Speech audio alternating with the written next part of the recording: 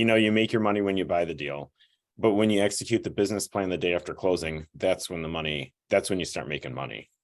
Welcome to The Foundry, where leaders are forged daily.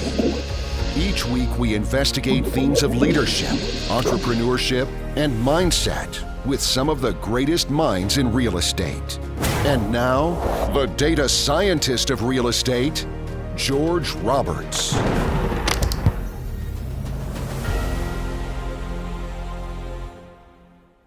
Welcome back, entrepreneurs. Today we have Tomei, founder of Top Point Investments and published author. Welcome to the show, Eric.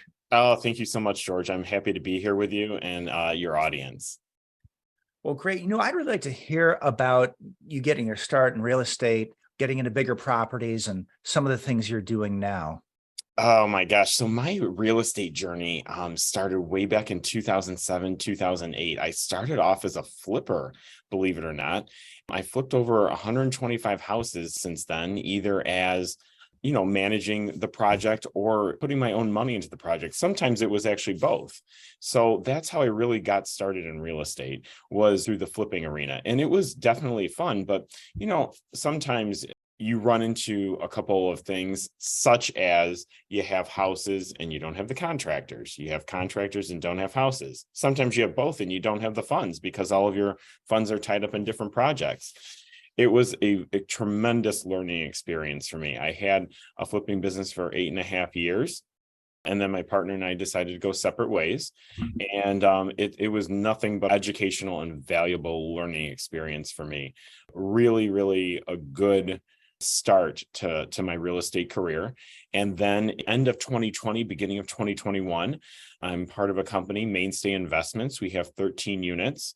Half of those are Airbnbs and half of those are long-term rentals. We are planning on closing on a 12-unit property next month, actually, where we are going to turn that into an Airbnb as well. I own a 5-unit deal in Ypsilanti, so not too far away from Metro Detroit. That's going very well. I enjoy the asset management part of that. And I have a limited position in a 108-unit deal in Kansas City through Sharpline Equity Investments. That's going fantastic. We closed on that in September of 22, and we've already gotten our distributions starting as early as November of 22. So it's been very, very good so far. Very new to that, obviously, investment, but very good. And then I own a 8-unit hotel spa right outside Palm Springs, California, and Desert Hot Springs, California, where we are in the process of turning it into an Airbnb. And we are just looking to creatively market that hotel to obviously attract good clientele throughout the year. So that's kind of my real estate. Good clientele is very important. Well, I think we'll talk more about that later. Yes, definitely. So now Mainstay Investments, this is what you're doing with Andy Hubbs, I believe, correct? No, actually, Top Point Investments is what I'm doing with Andy Hubbs. So Andy and 𝐭𝐻𝐸𝐜 and myself are part of Top Point Investments. And we are really looking to I make 90-day goals, George. So I make my goals in 90-day increments. I review them at the end of 90 days or even before that. And I think if this is still a goal I want to pursue after 90 days, we do it. And if it's not, I get rid of it. And our goal at Top Point Investments is we want to get a multifamily unit under property by March 31st, 2023. Love it. Well, I just did my Q1 review. I try to review every month, and that's something you actually got me doing, Eric. So I think that's a really good plan. That. Yeah, I just did my January review. I would say I'm mainly on track, but really have to just kick it up a notch. My goal is to get freelancers working in my business. So I've got that going, but I really haven't gotten a rhythm. So I need a system. And that's what I want to be. That's where I want to be at the end of Q1. We're recording this the beginning of February. So just review that goal, on track, but definitely got to take it up a notch. And all I have to say, reason I asked about Andy is he's got to be the nicest lawyer that I know. Oh my gosh. I can't say enough good things about my partner, Andy. He is one of the greatest attorneys I've met, but I will tell you, for as great of an attorney as he is, he's an even better person. He will go out of his way to help you if you are a friend, or even if you're not a friend. I mean, he will help strangers. He is just truly just one of the best people I've ever met. And I'm so very fortunate to have someone like that in my life and in my business. Well, I have to say, I do tend to like lawyers. I do think lawyers are nice. Maybe that makes me strange, Eric, but Andy is truly a nice lawyer. Very nice. He absolutely is. He is. And you know what? The education he provides to people is fantastic. He truly wants to be a value add type person in everything that he does. It's a great way to be. And yeah, couldn't agree more. So I want to say that great deals have great stories behind them. Can you tell us a story of your favorite acquisition? Ooh, favorite acquisition. That's a good question, George. I will say this, and this is going to be a weird story, but the very first flip that I did, it was probably about, maybe like 4 or 5, 6 months. Can't remember the exact timeline, before I was about to get married. And I lost $5,000 on the flip. And I do not have a problem saying that. It was poorly managed. When I look back at that experience, it was just a hot mess dumpster fire from start to finish. But the lessons that I learned from that, I applied, and I went on a run where we didn't lose many dollars on flips after that. And I've done, like I said, over 100. So that, I'm telling you, was the best thing that could have happened to me, because it set myself up for future success. If you only lost 5,000 on your first deal, I'd say congratulations. And Right? I'm going to say the same thing I said to my last guest, Dr. Aaron Hudson. Like, I would not trust an operator who can't tell me about a time that they ran into a difficulty with a deal and how they resolved it, or how they lost money and what went wrong. What did you learn about it? So I think that really speaks to integrity, Eric. That's really, I would say, a very good thing. I agree with you 100%, George. If somebody somebody says to you in the real estate arena that they're undefeated, it's a red flag. I'm not saying that they're not telling you the truth. They could be 100% factual, which is completely fine. However, all of us have lost money because, again, that's how we learn. Failure creates success. Wow, love it. And speaking of success, to make this podcast an amazing success for you, who would you like to connect? Like, you looking for maybe deal finders, capital raisers, KPs? What do you need? Who can you help? Who can help you? Yeah, that's a great question. So currently, what we're looking for is we're looking to capital raise. We do have a deal in the works come maybe May or June that we are looking to capital raise for. And we are also looking to capital raise for other teams that are potentially have deals in the works. Now, when I say other teams, that could be teams that we know or teams that we just haven't met yet. But it's very, very important that personality wise, it's a good fit for us and we have the same values and goals moving forward, or otherwise, business is like a marriage, and you got to make sure that everybody's communicating in the relationship. That's first and foremost. So we are really looking to partner with great operators to raise capital. And honestly, in terms of asset management, that's, I feel like, one of my strengths that I can bring to the table in terms of a value add.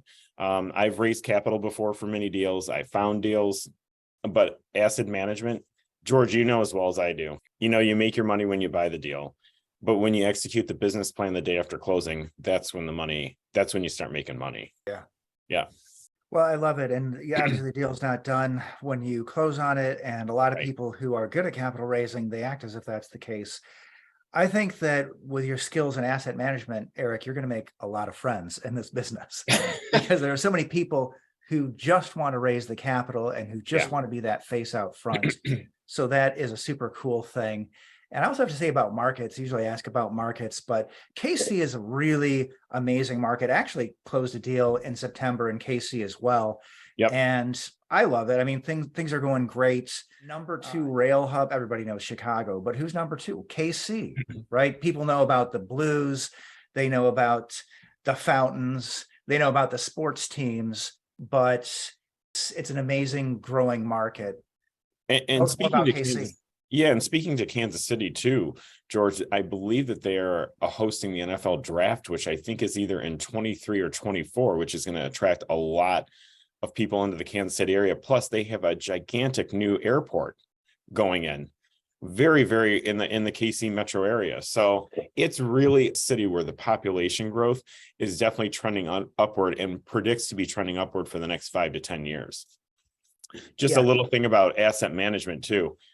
We all have our strengths in real estate, and we certainly all have our weaknesses, right? We have to kind of be the jack of all trades in real estate, but with asset management, there's always things that I'm learning, just like there's always things that you're learning, just like there's always things that any real estate investor is learning. So by far not perfect at anything, but, always learning every single day to be the best I can be. That's awesome. And I love the way that you know your market. I mean, I don't want to say just LP. I think that's a total misapprehension. But you are an LP in this deal, and you know your market just like if I didn't know better, I think you could be the GP on that deal, selling that out there, telling me why KC is great. I love that you know about the NFL draft, April 27th to 29th in KC. I know that because, yes, I'm also in that market. Yes. And that's something we're looking to do. We'd love to grab some of that business. We're still a hotel, this hotel to multifamily conversion. Yep. And being aware of those things, it's just huge. You need to do that. And great work. Kudos. And you know what, though, George, until that Kansas City deal was brought to my attention, to be perfectly honest with you, I didn't really know. I knew about where Kansas City, but I didn't know the details behind Kansas City until I started doing research, because research was presented to me.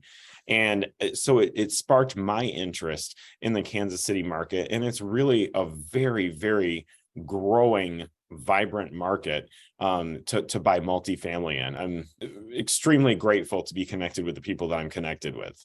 Yeah, exactly. So you got it presented to you, but you learned it, loved it, know it, and now you own it. Yep. Yeah, I think that's an interesting observation about KC being growing and up and coming. I would say maybe a few years ago, maybe I didn't hear a whole lot about KC, but I mean, even just this last week, somebody said, hey, who are the operators in KC?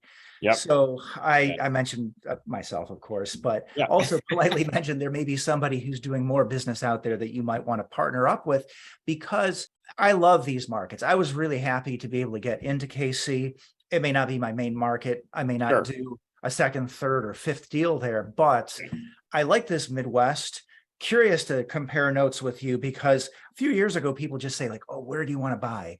Oh yeah, Orlando, or, maybe Nashville, Atlanta. I think Atlanta, many people would, and I think I'd probably agree, Atlanta is probably still a great market, but it's changing. It's really, really changing.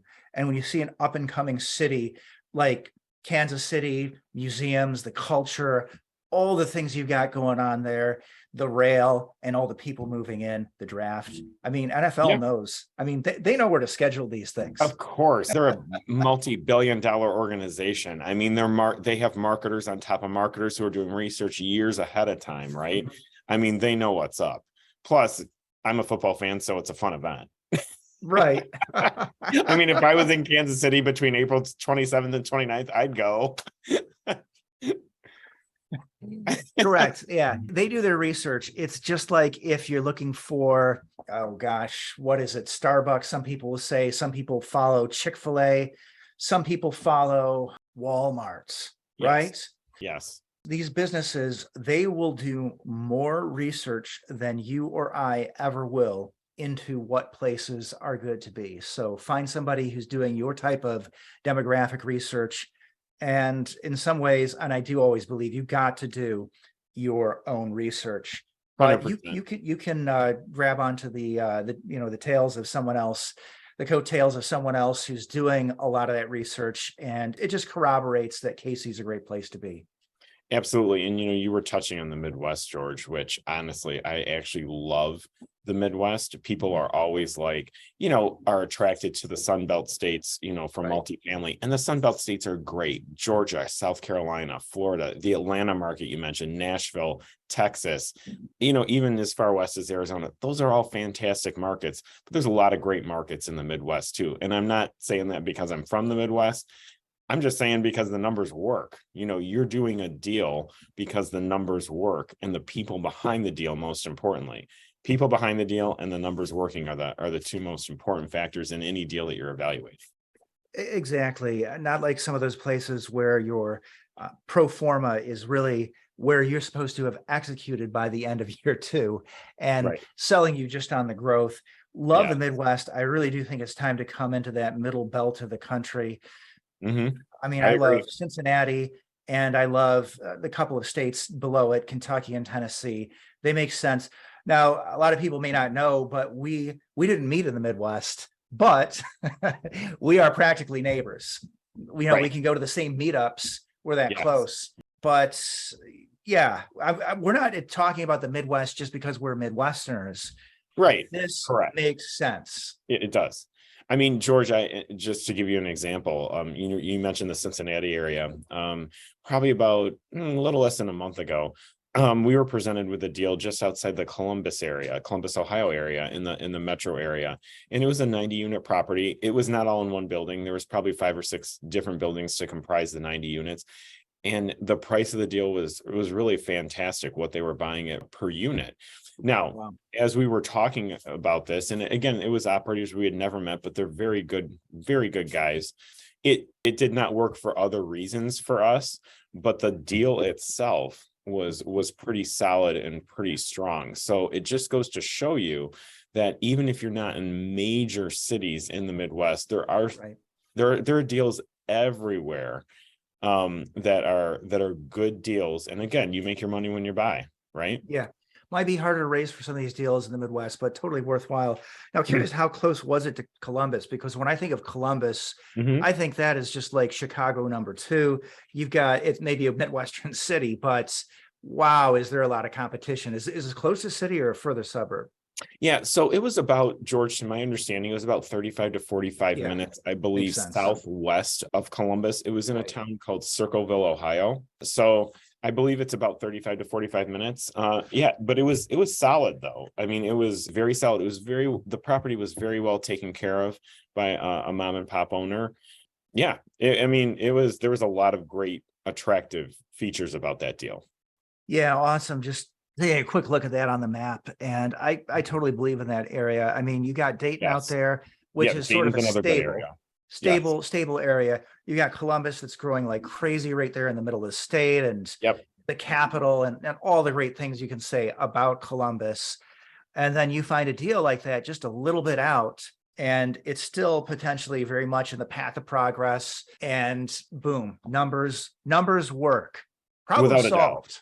Without a doubt, because sometimes, with some of these deals, the numbers don't work and you're buying them for too much per unit, or your purchase price or your lending isn't good, a various array of things that could happen in a deal. But that was not the case with this particular deal. Yes.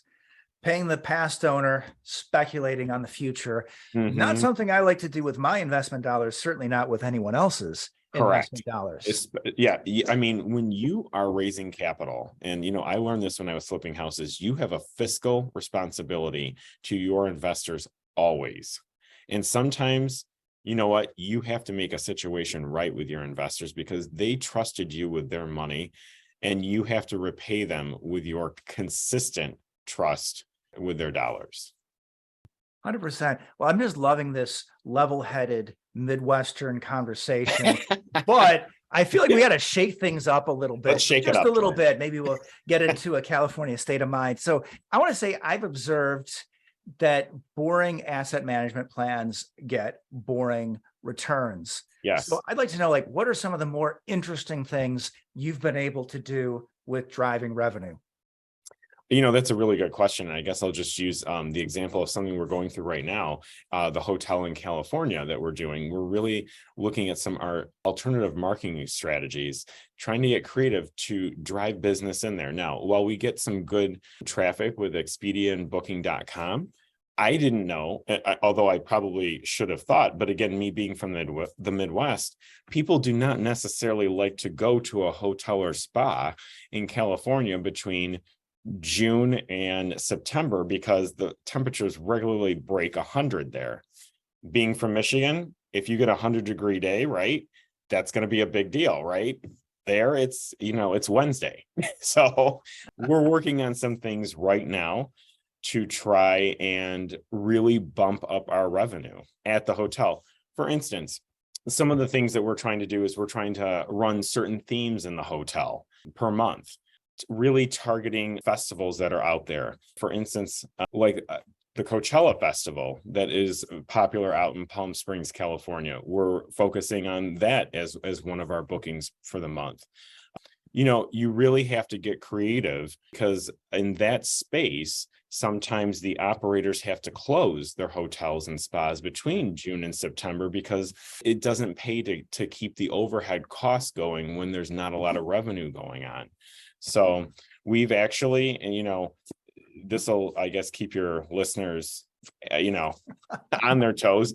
We're doing some marketing, or in the stages of doing some marketing, to the nudist lifestyle, because certainly, in the hotter months, that might appeal to that certain, population. So honestly, it's not good or bad. It's just whatever you have to do to drive revenue to the business. You have to think of all angles and all possibilities. I don't think anything is good or bad, wrong or right. You just have to really, really do your best to make sure you're driving revenue into the business. I like that. Nothing's good or bad, wrong or right. I'm sure your customers appreciate that. But if you're wondering earlier on why I was smirking when you said quality clientele, I knew this was coming. So, and that is not what I meant by that. I imagine that was the quality clientele we're talking about. Actually, to tell you the truth, we've been very blessed with the clientele we've had so far in 2023 at our hotel. We really have. But again, the goal is, hey, how can we increase revenue, and what alternative things can we do that other people are not doing?